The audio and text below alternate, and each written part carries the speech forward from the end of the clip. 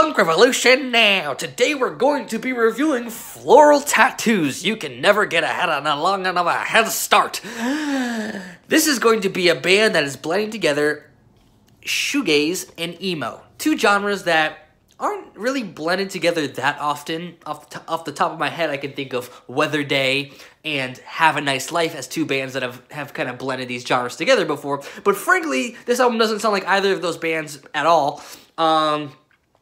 And I think these genres should be blended together more often because, first off, they're both very 90s genres, and I love 90s music. And second off, it just, every time it happens, something pretty fucking interesting happens. It's a great thing to blend together. I think it should happen more often. Okay, so let's get the freaking review started now that I talked about genres. Boring! Let's start by taking a look at the album cover.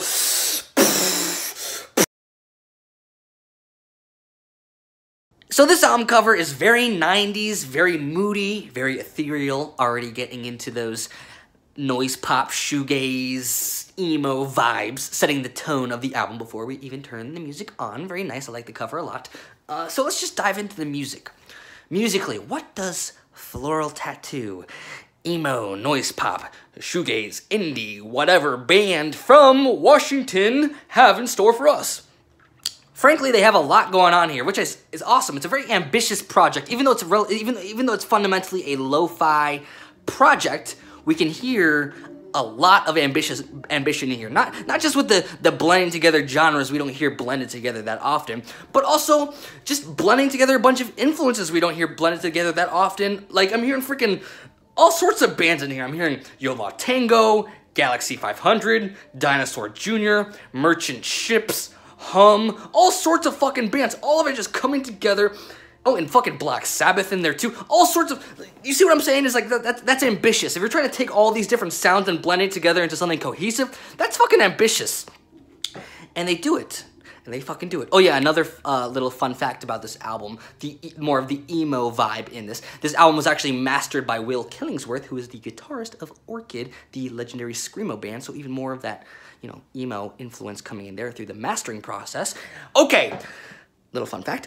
And so ambitious, musically. And not just with the influences, but also the song structures, because they're doing a lot of different This is a band that doesn't want to just follow a formula over and over again. Some songs are going to be sweet, delicious jams that are awesome noise pop tunes that are catchy and going to make you want to dance and sing along. Some songs are going to be more abstract, more ambitious with the song structure. It's going to have spoken word in there, going to have some weird, you know, crescendos and climaxes and breakdowns. So musically, it's also very ambitious too. And somehow it all comes together very cohesively into something very innovative. Something I really haven't heard much before. Let's cross our fingers and hope for more indie, shoegaze, noise pop, emo in 2020 because this is fucking awesome. And the cherry on top, the lyrics are wonderful too. The lyrics blending together themes of anxiety, of growing up and dealing with gender dysphoria and being trans and being gay and growing up in a system that tries to force gender norms on you that are gonna make you miserable, growing up in a system that's gonna make you go to a job every fucking day that you hate and turning to drugs to deal with those fucking horrible things. Very punk. It's very personal. The lyrics are very personal, very emo. But they're also pretty political too, kind of like just kind of subtle jabs at the fucking system. I think there's also some climate change themes in there too. So very punk, which I love. And when you put the whole package together, what you get is a fucking fantastic album. I love this album. It's so creative, very innovative. I love the influences. I love the ambition. It's fantastic. I'm giving this an 8.9 out of 10. Fucking great, okay? First album of the year I reviewed, I gave a 0 out of 10 and a bunch of trolls attacked me. Second album, I'm giving it 8.9. What the fuck is going on? 2020 decade? This is my favorite album of the decade so far. What the pff? Holy fuck! So that's all I gotta say about that. 8.9 out of 10. Go check it out if any of the things I just said interest you. Thanks so much for watching. Punk Revolution now. Keep your eyes on Floral Tattoo. They're going places. Thanks for watching Punk Revolution now.